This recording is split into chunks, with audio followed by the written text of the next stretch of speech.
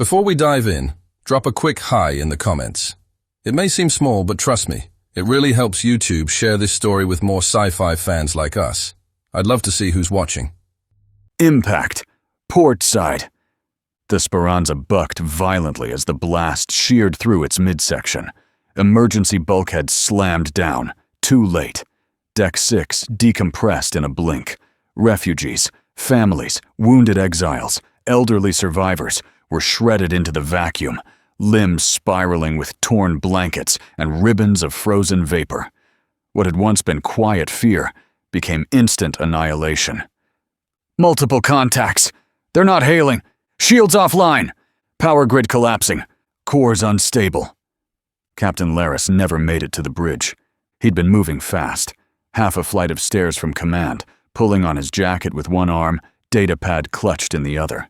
He was barking orders over shoulder comms when a jagged lance of plasma burned through bulkhead and bone alike, slicing the corridor open and vaporizing Laris along with the 3 crew behind him. One of them had just been laughing about leaving the zone in one piece. The Speranza's AI shuddered, flickered and died. The internal lighting strobed once, then failed entirely. Those who hadn't been killed instantly were left blind in fire-choked darkness, breathing the last scraps of oxygen before the secondary detonation ruptured the aft engine housing. Compartment after compartment peeled away into void. On Deck 2, Elder Varun, a Thalam matriarch revered across 3 systems, sat quietly in her private quarters, near the bulkhead, resting in her support chair. She held a ceramic cup of restorative broth in her gnarled fingers. She never dropped it. The cup was still intact when it drifted, spinning, past a shattered viewport moments later. No distress signal was sent. No emergency beacon was activated. No one lived long enough to ask for help. The attackers never spoke. No warning tones. No energy surge detectable before impact. Their vessels, sleek, obsidian-black constructs bristling with unfamiliar weapon pods, struck with precision and withdrew just as quickly. No insignia, no transponders, no radiation trails. They were professional. Ghosts. Only the jagged electromagnetic scars burned into local space hinted that something had existed here. And just like that, the refugee transport Speranza, bearing 412 souls, humans, Thalam, Sulari, Othal, and others, was erased from the universe. The cold stretch of the siphon zone swallowed its grave whole. 9 hours later, high orbit over Tarsis Fold. The dreadnought Starfire hung in low orbit like a loaded gun, its hull dark, its engines dormant, running silent. Inside the command deck, Admiral Christopher Lloyd stood motionless in front of the main tactical display. He wore the look of a man who had already buried the dead in his mind. A half-circle of officers stood at attention behind him, eyes fixed on the center of the room where the hollow projector hummed. The transmission flickered to life. Blue light cast warped shadows across the deck. The Galactic Council's diplomatic liaison appeared. Kelvor, species undefined, diplomatic rank meaningless here. The being's translucent skin and glassy eyes gave it the look of something grown in a tank and left too long in the light. Admiral Lloyd, it began, voice smooth. We extend condolences for the loss of the Speranza. The vessel appears to have suffered a catastrophic systems failure. We received no signal, and our patrol logs indicate no hostile presence in the region. Lloyd said nothing. Kelvor went on, as if reading from a pre-approved script. Our analysts believe gravitational stress from a recent micropulsar shift destabilized the ship's navigation systems. A tragic accident. We urge the Terran Command to consider restraint in your— You think this was an accident? Lloyd's voice cut through the chamber like sharpened steel. We flagged that route through the Council's corridor 6 days ago. We transmitted the manifest. Civilian ship. No weapons. You approved it. There is no telemetry confirming engagement, Kelvor replied smoothly, and no surviving witnesses to suggest otherwise. There are no surviving witnesses, Lloyd said, stepping closer, because someone made damn sure of that. We advise caution, the alien replied. Retaliation without evidence could compromise your standing within council law. Lloyd leaned into the projection. His voice dropped, low and lethal. You misunderstand us. The holo flickered. Pardon? Humans don't retaliate. A pause. We're pleased to hear. Lloyd cut him off. We eradicate. And he ended the transmission with a single motion. He stood there for a moment, breathing slow, measuring his own heartbeat like a metronome of war. The room remained silent. Then he turned. Get me John. Commander Elric stepped forward from the side. Black channel? Lloyd nodded once. Now. The channel linked in less than a minute. It was voice only, encrypted at the highest level. A rough voice answered. Admiral. Speranza is gone, Lloyd said. 412 dead. No signal. No debris. Precision kill. Civilian ship. Under council protection. Cause? Unknown attackers. Unmarked. Ghost ships. Cut it apart and vanished. Council's playing dumb. They always do. You'll have full investigative access. Black tier clearance. Quiet entry. What's the objective? Find out who did it, Lloyd said. Then send a message. There was a pause on the other end. Then, I'm already en route. The line cut. On the bridge, the tension cracked. Lieutenant Merrick, one of the newer officers, cleared his throat. Sir, permission to speak freely? Lloyd didn't turn. You get one. Merrick hesitated. No signal, no footage, just shredded telemetry from a deep-range drone. There's a chance it was a systems fault. Radiation pocket. Mechanical collapse. It wasn't, Lloyd said flatly. Yes, sir. And if it was? Lloyd turned now, looking the lieutenant dead in the eye. We make someone wish it wasn't. 4 hours later, Hangar 3A, Starfire. An unmarked courier ship drifted in from deep space. No insignia, no ID code. Running cold. The hangar sealed behind it, no ceremony, no honor guard. One man stepped off the boarding ramp. Tall, scarred, wearing an old Marine jacket with no unit patches and carrying no visible gear. He didn't speak. He didn't salute. He walked past the dock crew without a word and disappeared into the interior corridors. John had arrived. And now someone was going to start answering for the dead. The debrief chamber smelled like scorched steel and old war. No AI, no analysts, just two men alone beneath recessed lighting, the door sealed behind them. On the table between them, a locked black-gray data terminal hummed quietly. Lloyd didn't speak at first. He just looked at John. It wasn't inspection. It was memory.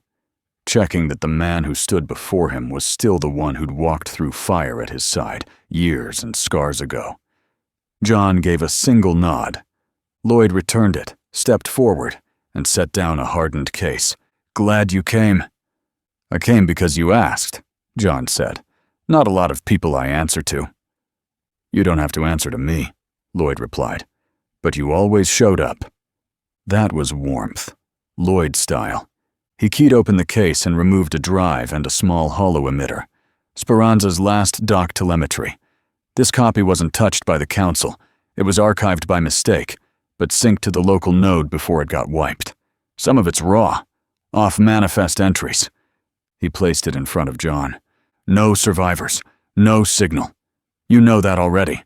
The probe footage is degraded, corrupted by design or by fire, hard to tell. But we're missing something. This wasn't chaos. It was execution. John glanced at the drive.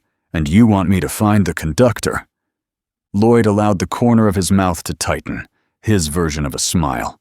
I want you to find whoever lit the match. And when you do, I'll bury it. Not yet, Lloyd said, voice quieter. First, we know who we're dealing with. Then we decide what gets buried.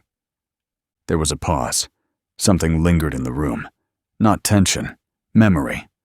Your quarters are cold-decked, no logs, Lloyd added. "Terminal access only through my command ring. Take what time you need." John met his eyes. "You trust me that much?" Lloyd didn't blink. "You're the only man I do." John picked up the drive and slid it into his coat. "I'll start with the noise no one wanted us to hear." Lloyd nodded. "That's where the truth always hides." John had seen plenty of doctored data in his life. Most of it came wrapped in official logos and delivered with a handshake. The telemetry from the Speranza wasn't sloppy. That's what bothered him. He sat alone in a dimmed observation deck, high on the Starfire's mid-spine. The room converted into a makeshift analysis node. One terminal, cold coffee, and silence.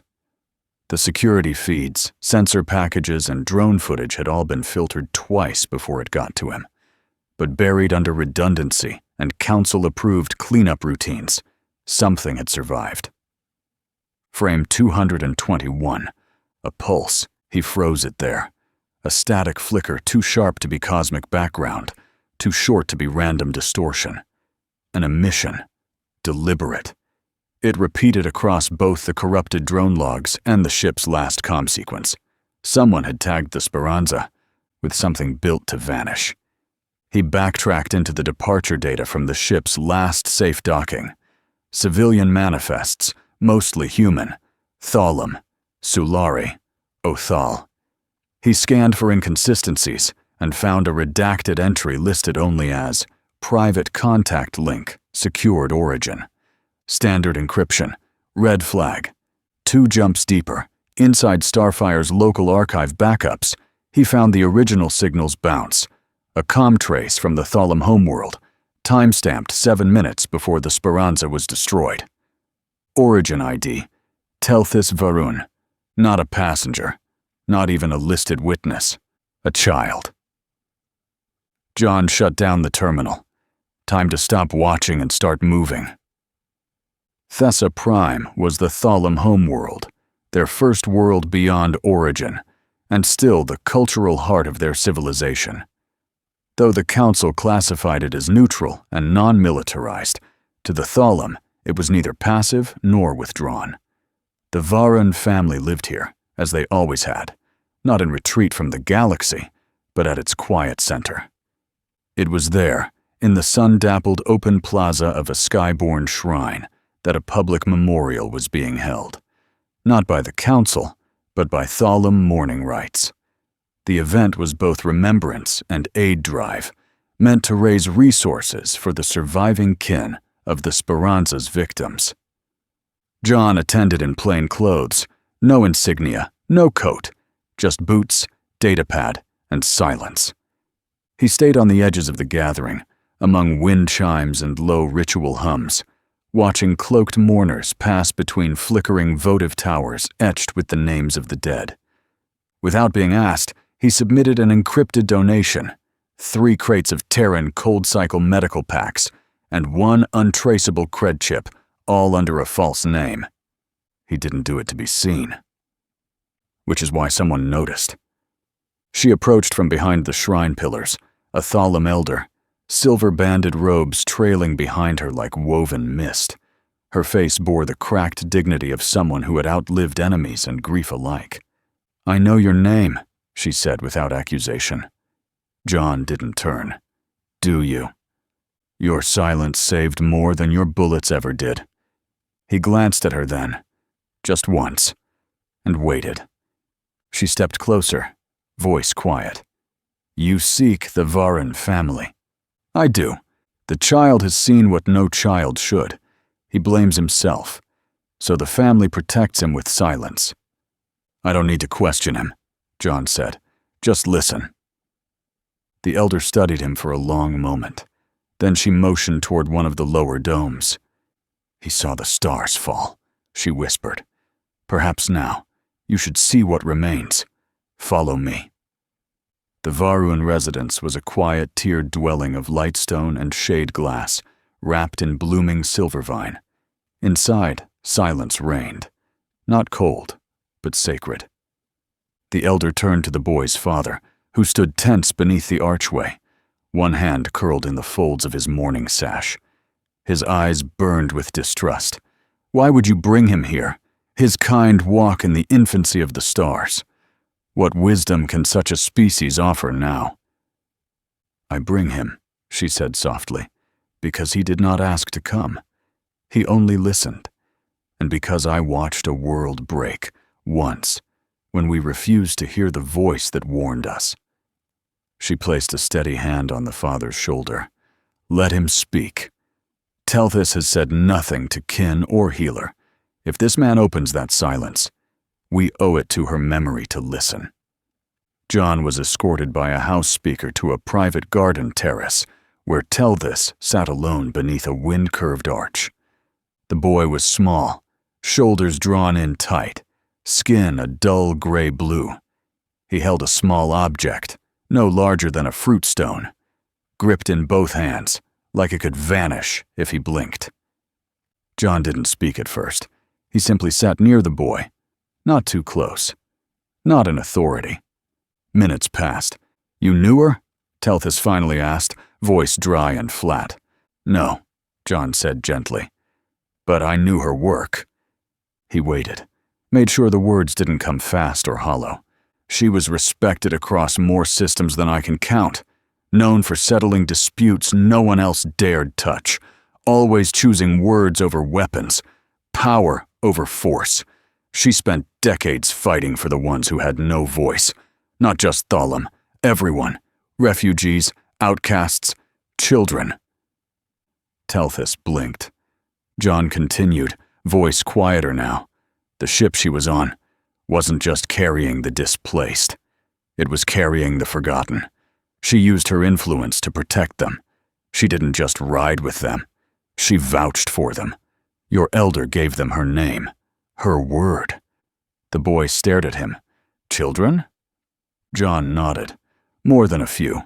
She believed they'd be safe once they reached council protection. That's why her death wasn't just a loss. It was a warning. A long silence passed between them. The boy's fingers closed tighter around the smooth recording stone. Telthus looked up, blinking away tears. She told me stories every week, said stars weren't gods, just watchers. Then the stars killed her. John said nothing. I called her on the way. She was tired, said the ship was quiet. I just wanted to say goodnight. Did you record it? The boy hesitated, then gave a slow nod. I recorded it because I thought I'd show her the playback and make her laugh. I didn't know. John nodded once. May I hear it? Telthus didn't move. I won't tell the council, John added. I won't use your name, but she might have seen something that could help stop this from happening again. A long pause. Then, with shaking fingers, Telthus handed him the device. The playback was short. Elder Varun's voice was calm, comforting, and steady, a warmth of generations layered in soft cadence. She was speaking of river winds and migration dances when the hum began. Barely audible, oscillating, then the tone, sharp, rhythmic, inhuman. Varun stopped. Her voice caught. The stars have betrayed us, child, she whispered. A pause. Then, oh, no, the swarm. Static swallowed the rest. Hours later, aboard the Starfire, John sat across from Admiral Lloyd in a sealed ops chamber. The room was dark, except for the projection hovering between them, layered sensor plots, comm traces, and traffic heat maps pulled from the siphon zone. The signal fragment had been scrubbed, encrypted, and isolated. Telthus's name never surfaced. Lloyd studied the data in silence. So, not a council registry signal. No, John said, and not human. Lloyd's brow tightened slightly. You're sure? I am. The pulse pattern mimics no Terran standard. It's too asymmetrical, too biological in how it ramps and collapses. John shifted the projection, pulling up comparative overlays. But it does match known swarm command triggers. Lloyd leaned closer. Which swarm? That took longer. John expanded the map. The siphon zone lit up with faint markers. migration routes, disputed territories, historical skirmish zones. I cross-referenced 3 things, John continued. Species with long-standing friction with the Tholim, swarm entities operating near council borders, and which of them had active nests or scout elements within 2 jumps of the Speranza's last position.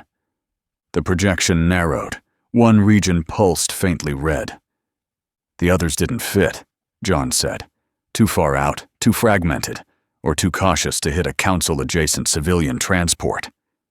Lloyd's voice dropped, but one did. John nodded. He highlighted the final file. Vorath Swarm. Territorial. Opportunistic. Willing to strike soft targets if there's something to gain. They've probed Tholim border systems before. Not full invasions, just tests. Pressure. Lloyd straightened slowly. And they were close enough. Close enough to hit and fade, John confirmed. Close enough to leave no witnesses. Silence settled between them. Follow that trail, Lloyd said at last, quietly. No support? John asked. You'll move faster without it, Lloyd replied. John rose. At the door, he paused. One more thing. Lloyd looked up. The Tholim aren't mourning loudly. That usually means they're thinking. Lloyd's expression didn't change, but something sharpened behind his eyes. That night, John replayed the signal in his bunk again. He isolated the waveform, enhanced the pattern. It was precise, artificial, a false flag, the kind of tech that got buried in black files from someone who had access to it. He sat there a long time. Then, finally, spoke to the empty dark. The swarm wouldn't strike without a payoff. So what did the Vorath get? And from who? The words had barely left John's lips when the proximity alert flared red on his private terminal. Encrypted pings, unauthorized scan bursts. Someone was sniffing around the same data trail. Too soon. Too close. He keyed the system.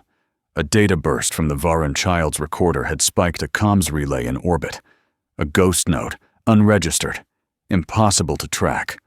Unless someone knew exactly what they were looking for. And someone else did. John's boots hit the deck plating hard. By the time the ops team noticed he was gone, he'd already requisitioned a recon shuttle and slipped off the Starfire's grid. Destination? Comm Buoy, L-42. Codename, Ghost Relay. Dead Zone. No beacons. Just drift, silence, and a secret. Someone already bled to keep. Derelict space, Ghost Relay, L-42, Siphon Zone Fringe. The relay was an ugly thing. Patched hull, scorched receivers, and a comms tower fused at odd angles, like it had been ripped from another frame and welded in vacuum. No ID, no beacon, no registry. It wasn't supposed to exist. John floated toward it on 0 emissions. Ava mode. No lights, no thermal signature. Just a whisper of propulsion and the dull thud of his pulse in his ears. The node's outer hull bore the marks of age and claw. Not storm damage. Not time. Intentional entry. Forced, then resealed. Not by swarm. He latched onto the outer spine and accessed the secondary maintenance port. No security countermeasures. Either they were arrogant, or they thought no one would be crazy enough to find this place. Inside, it was too quiet. The pressure field held, but gravity was minimal. Enough to move, enough to fight. John moved through the maintenance shaft, passed through an access tunnel, and emerged in what had once been the primary signal core chamber, and froze. Bodies. 3 of them. Vorath Swarm. Dead. One had its thorax burned through. Clean, chemical incision, cauterized instantly. Another had its legs curled beneath it, like it had dropped from the ceiling and never got up again. The third was split open from the side, not in combat, but from behind, like it never saw the blade coming. John crouched. The wounds weren't messy. They were surgical. Someone silenced the swarm. He checked their gear, standard scout loadouts. No long-range comms, no evidence of tech uplinks. Not a raiding party, a cleanup crew. Whatever this relay once transmitted, it was important enough for someone to send Swarm to guard it, then kill them to bury it deeper. He moved to the core console. Burned. Half the drives slagged. But not all. He found one storage cell, deep-cooled, shielded, and embedded behind what had once been a sacrificial data buffer. Not networked, not indexed. Someone had gone to a lot of trouble to destroy every trace of what had been here, and they almost succeeded. Almost. They'd missed this. John tapped the decryptor into place and began pulling the packet. Data trickled in. He didn't recognize the formatting. Not Terran, not Council. Encrypted. Possibly Thalum, or adapted from something close. He needed time. Then, motion. A faint vibration against the deck. His HUD blinked once. Motion signatures. Docking clamp breach. Ingress path. 2 inbound. He backed into cover just as the first swarm scout dropped from the upper hatch. It landed hard, legs flexing, head twitching. No eyes. Just a cranial ridge pulsing as it scanned scent trails and heat residue. It sniffed the dead, hissed, then made a sharp chittering sound. Its partner answered from somewhere below. John didn't hesitate. He moved low and to the side, broke line of sight, circled behind, and waited. The second swarm emerged fast, claws extended, sweeping wide arcs. John fired once, center mass. The Magsabot round shattered through the creature's inner carapace, staggering it. It shrieked, twisted, and charged blind. He ducked beneath a claw, drove his knee into its mid-limb joint, and fired again, point blank. Skull gone. The second swarm dove from above. Too fast. It clipped John's shoulder, sent him sprawling. The rifle skidded. Claws slashed down. John rolled left, drew his backup sidearm from the drop holster on his thigh, and fired blind. The shot tore through the swarm's neck. Not a kill, but the creature reeled, screeching, disoriented. John kicked off the wall, used the momentum to swing behind it, and drove the combat blade under its cranial ridge. The sound was like steam escaping. Then silence. He retrieved his rifle, checked the download, 73%. Too slow. But he had time now. He crouched near the bodies, wiped blood from his visor, and stared down at the ruined relay. They were guarding it, he muttered, and now are buried with it. And whoever had done this was still one step ahead. 2 hours later. Starfire's Deck 9 was sealed and silent. The secure ops chamber held only 2 men. John stood at the center table. Dust streaked one shoulder of his jacket. A shallow gash ran down his cheekbone, already sealed by med foam. The data drive pulsed softly between them. Lloyd watched him for a moment before speaking. "You're sure they were dead when you arrived?" Clean kills, throats cut from behind, no signs of struggle, surgical precision, not swarm tactics. Someone went in, executed the guards, torched the relay, and missed a single storage node. Lloyd gestured at the data core, which you now have. Partial burst, John confirmed. Encrypted in ceremonial routing code, not Council, not Terran. Could be Thalum, or someone spoofing their rituals. But why bury it? Because whatever was there wasn't just incriminating. John looked up. It was important. Lloyd didn't respond immediately. He reached across the table and activated a small terminal pad, swiping in a new feed. High-band diplomatic logs. One entry blinked. Time-stamped 6 hours earlier. The Admiral's voice dropped a notch. Thalum leadership just moved the official recognition of their next elder to tomorrow's cycle. John blinked. "That's not protocol," he said. "They haven't even closed the mourning rites. Thalum law doesn't allow political appointments until the Firewind observance ends." "They bypassed it," Lloyd said. cited cultural exigency under Clause 9A, and no one's challenging them. John's jaw clenched. Who's being named? Lloyd didn't blink. Dorthram. John stepped back. Her brother. Lloyd nodded. Heir to the elder seat of judgment, and now officially confirmed to replace her. John cracked his knuckles. You're telling me the only person who had access to her travel logs, ceremonial channels, and enough pull to rush the inheritance cycle is now in charge of every judicial ruling the Thalum make? That's the math. John's voice was ice. So we've got a suspect. Lloyd's eyes stayed locked on his. A suspect, he said, and a very powerful one. Thalum Prime, Fortress of the Flame Court, Sublevel Directive Chamber. The chamber pulsed faintly with static blue light, a domed vault of mineral glass and scorched basalt. It held no symbols, no seats, no sanctity, just shadows and control. Dorthram stood at its center, hands clasped behind his back. He wore no ceremonial robes, only the layered black wrap of a private functionary, sleeves folded high to reveal the clan marks inked into his skin, once muted in deference to his sister, now unhidden.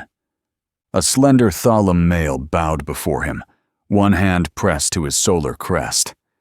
The relay site was neutralized, the aide said. Biomass sweep complete. No retrievable evidence remains. Dorthram didn't turn. And the human? Gone before the counter team arrived. But we confirmed identity. It was the operative who spoke to Telthus. At last, Dorthram looked over his shoulder. The one that called himself John? Yes, High Elder. Silence hummed between them like the subchamber's low power line. Humans, Dorthram said softly, should never have been granted a seat in the council. They adapt too quickly, learn too much, ask the wrong questions. Do we initiate correction? Dorthram shook his head once. No, a second move that soon invites attention. Let him dig. Let him bring what he's found. The Thalum do not fear accusation, only delay. He turned fully now, stepping forward. The command panel at his side rippled under his palm print. Prepare the chamber. It's time. 1 hour later, the Ascension Hall, High Court of Judicators. The chamber was older than memory, carved into the mountain's root, and lit only by veined stones of pulsing green. Its air was heavy with incense, and the silence of generations hung over the platform like fog. High Elder Dorthram knelt at the central dais. Behind him, 13 counselor priests formed the circle of witness. None spoke. Their faces were hidden behind the obsidian masks of protocol. No alien delegations were present. None had been summoned. In mourning, Dorthram had said. A lie. Convenient. Unquestioned. He had rewritten the rite itself, removed the final prayer, shortened the span of observance, recast the seat of judgment not as a burden to be inherited, but a mantle to be seized. And so he seized it. The seal was broken with burning wax. The scroll read aloud. His name echoed in 12 languages, each layered upon the next. And when the 13th priest declared the rite concluded, Dorthram rose, already wearing the crest of the elder. The chamber did not cheer. The Thalum never did. But the vibration that followed was unmistakable. Acknowledgement. Final. Absolute. Dorthram bowed once, then turned to descend. Moments later, private lift to the upper spire. His aide stood waiting inside. It is done, the younger Thalum said. Dorthram gave a single nod. Issue my first decree, Dorthram said. The bloodline of Varuan shall be stripped of caste status, effective immediately. The aide hesitated. All of them? All of them. Even the child? Dorthram's voice cooled like frost across stone. Especially the child. The aide bowed.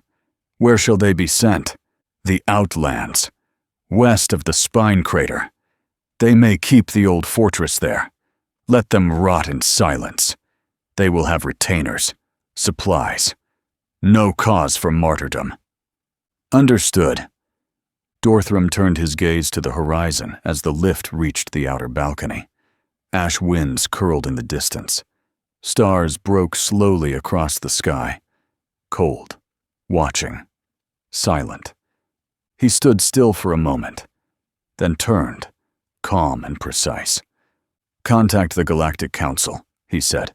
"Inform them the Varuan family has departed on a private vessel for mourning rites, in one of our sacred zones. We have, unfortunately, lost contact with the ship."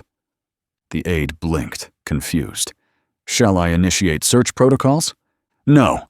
We received intel from a border listening post, unconfirmed, of course, that a Terran vessel may have intercepted them." A pause. "Imply what needs to be implied. Strongly." "High Elder?" Dorthram turned fully now, stepping into the control alcove, his shadow cutting sharp lines through the lift's faint light. "No one will search for them in exile," he said coldly. "And now, the humans will be blamed." He looked to the stars, distant, uncaring. "And if the Council fails to act, then we will." The galactic seal pulsed blue as the Council hologram stabilized above the briefing table. 3 figures appeared, their robes ceremonial, their expressions careful. Admiral Lloyd didn't blink. "You have our attention," he said. The central delegate, a Jirathi with coral-etched ridges along his skull, spoke first. "High Elder Dorthram of the Thalam has presented a formal accusation," the voice said, calm and rehearsed. "He claims that during the Varuan family's mourning journey to one of their sacred places, their ship was attacked en route." Lloyd's jaw locked. The Jirathi continued. "He alleges human interference, that the Varan family has been abducted." John stood just out of frame, arms crossed. Another delegate chimed in. Older, Valari. Skin opalescent with age lines flickering faint blue. Nervous. The Council does not endorse his claim. However, as per the Sovereignty Accords, the Elder Caste may call for immediate inquiry. You have 4 cycles to present counter-evidence. "If we don't?" Lloyd asked flatly. The third delegate answered. "Then the High Elder may pursue justice through unilateral cultural enforcement." John stepped forward. "War." Silence. "We did not say that," the delegate replied stiffly. Lloyd's voice dropped low. "But Dorthram did." The Council holograms began to dissolve. "We urge restraint and transparency for all our sakes." The call ended. Lloyd leaned forward, elbows on the table, eyes heavy. "Thoughts?" he asked. John didn't answer immediately. He was staring at the blank wall where the delegates had stood. "They're afraid," John finally said, "but not of Dorthram. Of us. Of what we might become if we're pushed far enough." Lloyd gave a faint grunt of agreement. "You think the Varoon are still alive?" "If they were dead, Dorthram would have shown bodies," John replied. "He wants outrage, not mourning. And the Council just gave us a 4-cycle window to prove we didn't do what we'd never do." "Which means he's already got the next move lined up," John muttered. "He's buying time for something." A chime cut across the command deck. "Emergency alert. Priority red." Lloyd stood immediately. "Report." "Colony strike," said the ops officer. "Grid point Theta 7, just outside Siphon perimeter. Civilian outpost, 4,000 residents." "How close?" Lloyd asked. The officer answered. 5 minutes, Admiral. They're firing on the surface." Lloyd's eyes narrowed. "Bring the Starfire around. Battle formation. Alert the fleet. Swarm wants a show. We'll give them one." Space split in 2 as the Starfire erupted from fold drive, leading a wall of Terran metal into the embattled system. Swarm ships, dozens of them, were already strafing the colony's atmosphere grid. Plasma beams stitched molten scars across the crust, slagging hab structures and silencing comms. Lloyd's voice roared across the channel. "Weapons free!" The fleet moved in coordinated arcs, railguns and lance turrets lighting the void with controlled fury. Swarm fighters scattered, but the Starfire kept pressing, shielding the colony behind its vast armored frame. Lloyd's orders cut through the chaos. "Drive them to the outer arc. Box formation. I want their flagship exposed." "Aye, Admiral." To his left, John stepped toward the ops console, armor sealed, sidearm holstered. "You're limping," Lloyd noted. "Just a reminder I'm alive." "You sure you're ready for this?" John's answer was dry. "The nanotech worked. Probably better than my leg ever was." Lloyd pointed toward the holomap. "Then get inside their flagship. Take their captain alive." John gave a curt nod and turned without another word. The insertion pod launched from beneath the Starfire's belly, a sleek bullet of burnished alloy slicing straight toward the swarm command ship.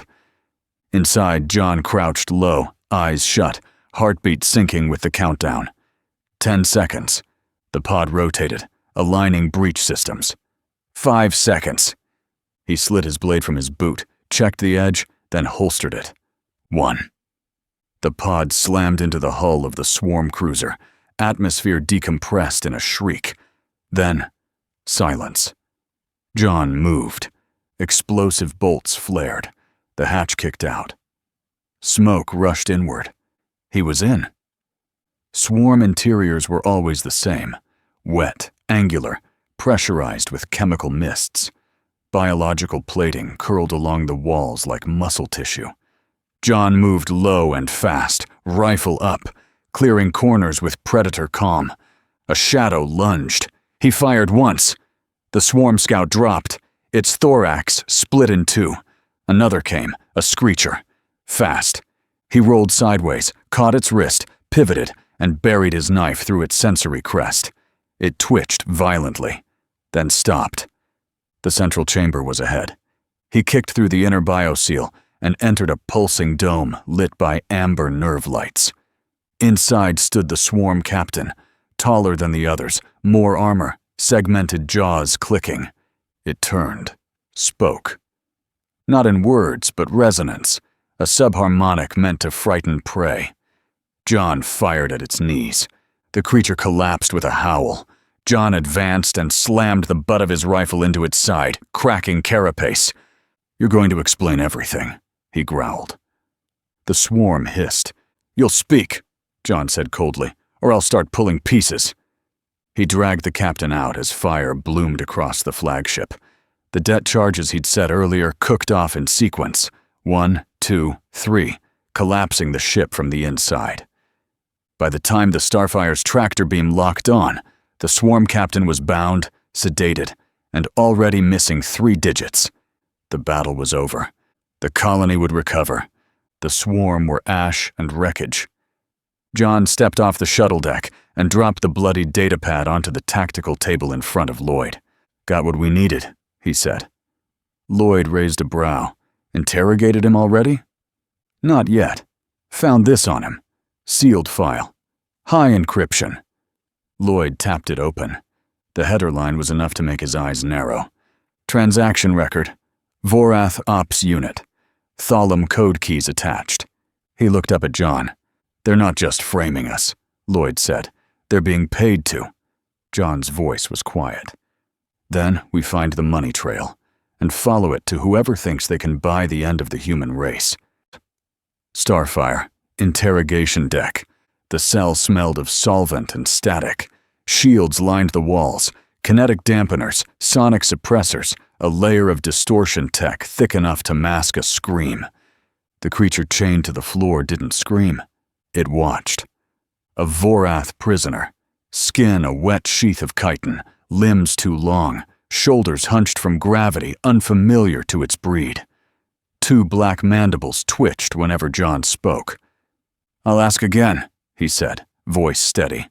"Who ordered the strike on the Speranza?" No response. Just the low hum of filtered breath and the occasional rattle of binding clamps when the thing shifted. John leaned in. "We scrubbed your ship," he said. "Took your logs. Put the rest of your crew down fast." Still nothing. Then Lloyd's voice came from the corner, low, graveled. "Play it." John nodded. A hollow projection blinked on. It showed a snapshot of the Speranza's wreckage, silent, spinning. Then another, the ghost relay's black node marked with swarm scent trails. Then the clip, the sound file from Telthis Varen's device, the mimic pulse. Then the voice, Elder Varen's, as the swarm arrived. The Vorath twitched. A growl vibrated from its core. John muted the playback, then, quietly, "Your kill, your strike, but not your plan." A long pause, then, not in words, but through the translator spike embedded in its throat, the Vorath finally spoke. "We were paid." Lloyd's jaw tightened. John didn't blink. "By whom?" The mandibles clicked. "No names, a relay channel, Thalum protocol markers, ceremonial, encrypted, masked. Location? Planetside, not off-world, not refugee, native, high priority clearance." John stepped closer. "Elder Varun was on that ship." The Vorath didn't answer. "She was your target." Still nothing. John turned off the holo. Let the dark settle.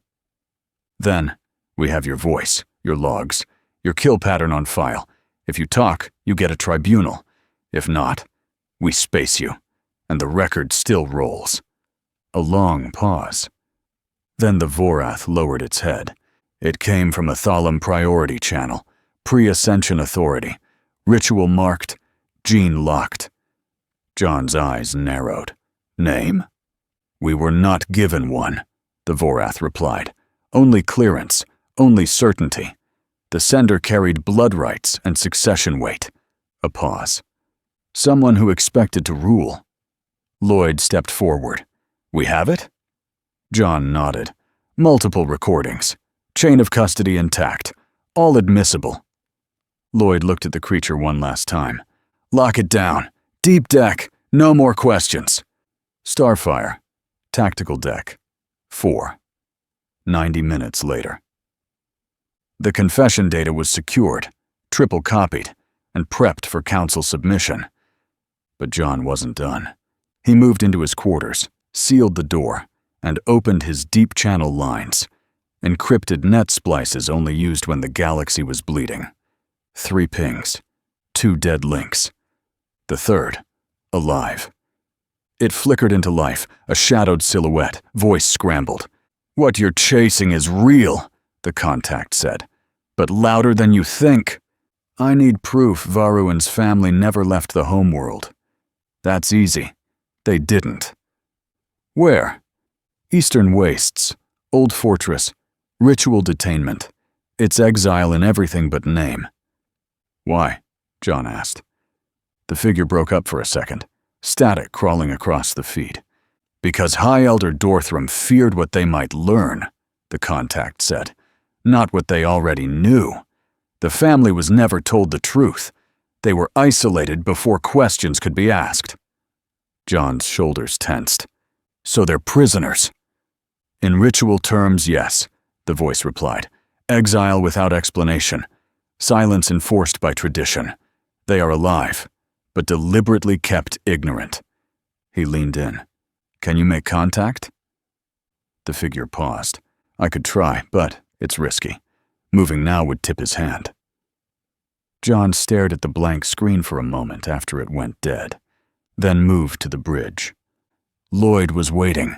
John entered the sealed command deck, data stick in hand. "Anything new from the council?" he asked. "We already know their answer," Lloyd said flatly. "They gave us 4 cycles. No more, no less." He dropped the data stick onto the console. Lloyd picked it up, slotted it into the reader. His jaw set as the data unspooled across the screen.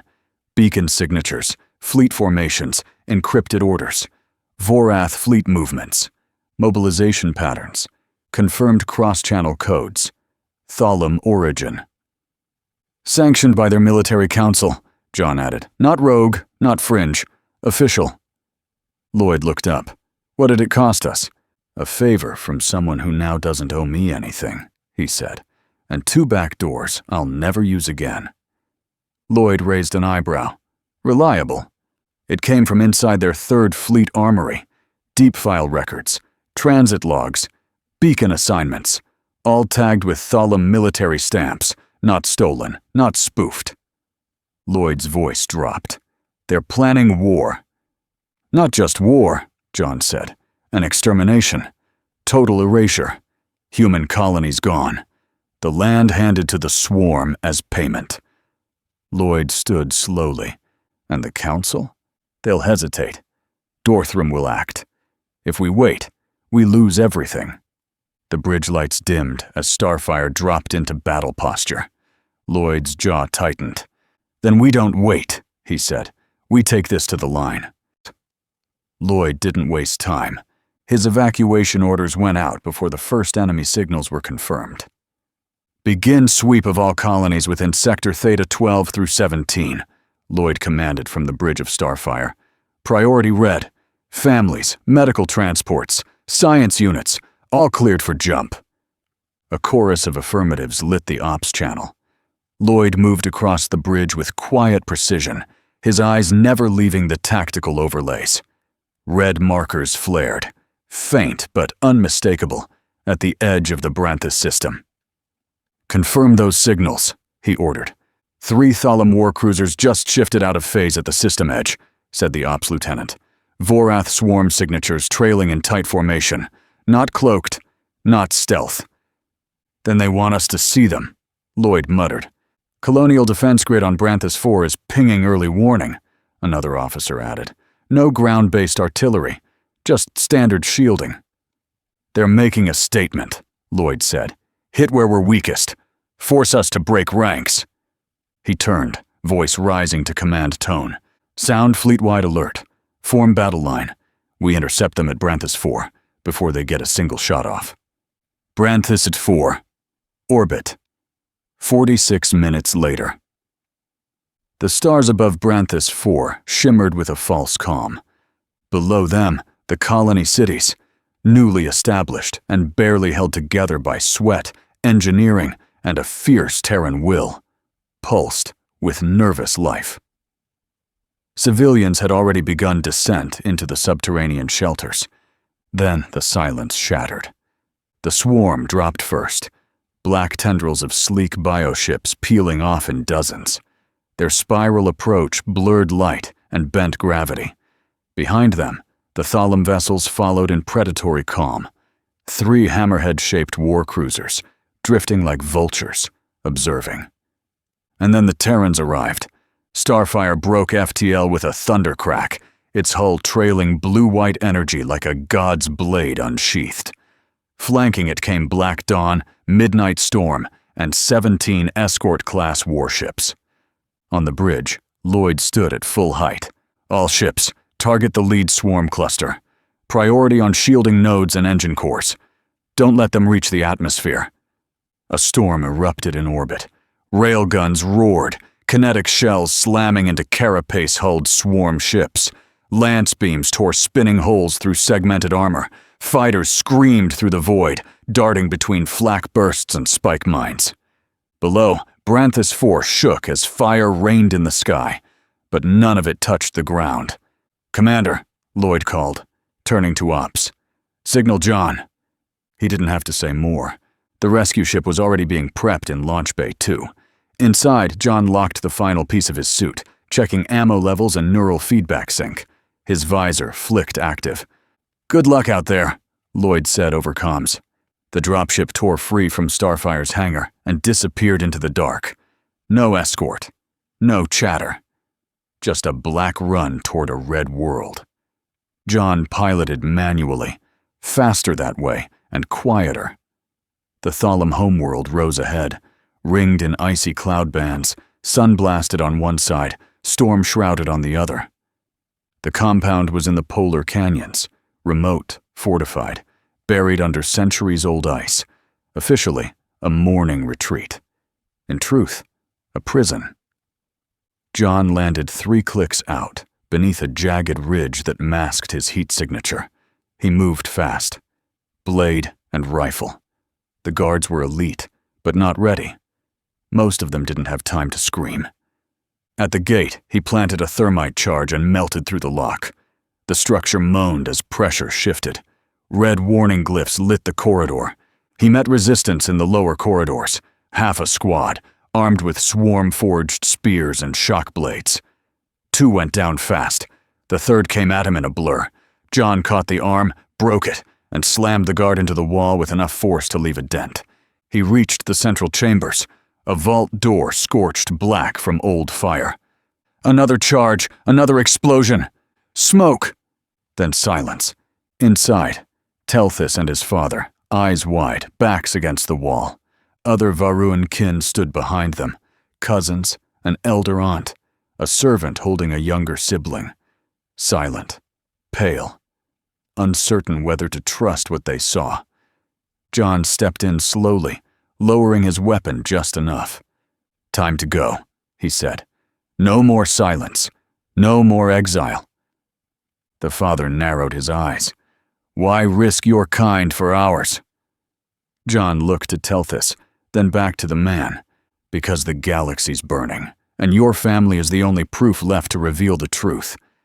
The father gave a sharp nod. Back to his ship, John tapped his comm once. "Rescue successful. ETA 40 minutes to Starfire. All primary targets secured." The channel buzzed faintly with encryption hum, then clicked to standby. John leaned back in the pilot seat, breathing hard. His eyes scanned the family behind him. They stayed silent, dignified, even in exile. The father stood tense, shoulders squared in a protective stance. Telthus gripped his hand console like a lifeline. Around them, other family members sat or knelt in stunned silence. Survivors, but not yet safe. Meanwhile, above Branthis 4, the space above the colony burned. Starfire's broadsides thundered, cutting clean arcs through the second swarm wave. Lloyd stood at the center of the bridge, voice steady but tight. "Bring forward shields to 110%. Rotate formation. Keep them boxed." The enemy flagship tried to peel off, too late. "Focus all lances," Lloyd ordered. A white-hot line of plasma cut across the void. The swarm vessel cracked, vented, and detonated in a slow implosion of blue chitin and internal gas. "Enemy flagship destroyed," the ops officer confirmed. "No surviving units in system. Branthis 4, secure." Lloyd nodded once, face unreadable. Then the comms officer turned. "Sir, transmission just came in. A shuttle just docked." "John's back.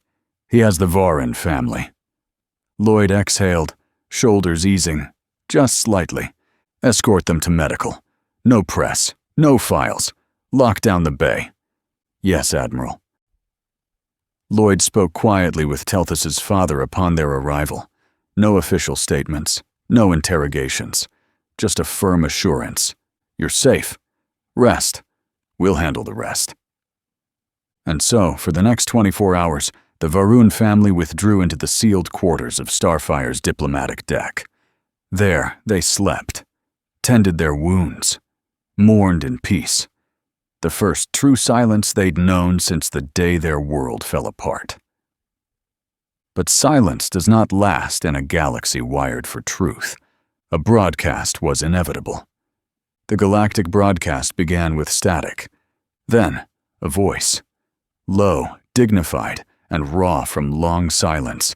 "I am Relthos Varun, rightful patriarch of the Varan family, speaking now not as a Tholam, but as a father, an ex-prisoner, and a witness." Across the stars, across species and systems, the transmission cut through scheduled feeds, overriding local news, council bulletins, and interstellar comms. One voice, heard by all. "We were never attacked. Our vessel to the morning sanctum was not lost to pirates, nor seized by Terran forces. We were exiled under false pretenses, imprisoned on our own soil by one who craved my grandmother's seat more than her life." Gasps rippled across the galaxy. In the chambers of the Galactic Council, Delegates leaned in. Recording started. No one dared speak. High Elder Dorthram orchestrated the assassination of Elder Varun. He armed the Vorath, gave them the tools, the access, the timing. And when the galaxy demanded justice, he gave them a lie. Relthos turned, revealing the scarred insignia of the Vorath data core, recovered by Terran hands. We owe the truth not to the Council, but to the Terrans. They did not kidnap us. They rescued us, at great cost, from the silence of exile into the clarity of truth. The screen faded to black. Minutes later, a Council seal flickered into existence, followed by an official declaration. The Galactic Council formally retracts all suspicion against Terran forces. We recognize humanity as allies of honor, misjudged, and owed apology. Further, the Council calls for full investigation into High Elder Dorthram. The Varun family is hereby restored as sovereign and legitimate holders of the Elder Seat of Judgment. On the Thalam homeworld, change had already begun. Upon hearing the broadcast, Dorthram attempted to flee. His personal carrier launched from a hidden hangar, cloaked, silent, and bound for the fringe systems. But justice moved faster. The Loyalist Guard, led by remaining Elder Clan members still faithful to the old ways, intercepted the vessel in orbit. The pursuit was brief. The arrest, silent. No trial was needed. His betrayal was documented. His sentence, undisputed. Death. He was executed shortly after the Varun family returned, a week later. A soft chime echoed across Starfire's command deck. A holocall was incoming, not from the Galactic Council, but marked with the seal of the Varun family. It opened on the figure of Relthos Varun, newly confirmed as Elder of Judgment, dressed in full ceremonial robes. At his side stood Telthus, silent, composed, his gaze steady beneath the family crest. Admiral Lloyd, Relthos began, his voice both formal and sincere. On behalf of the Thalam people, I speak not as ruler, but as kin.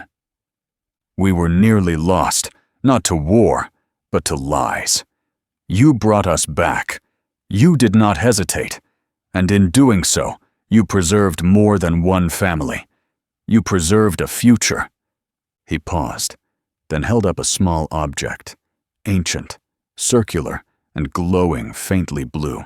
This is the seal of eternal bond. No outsider has ever received it.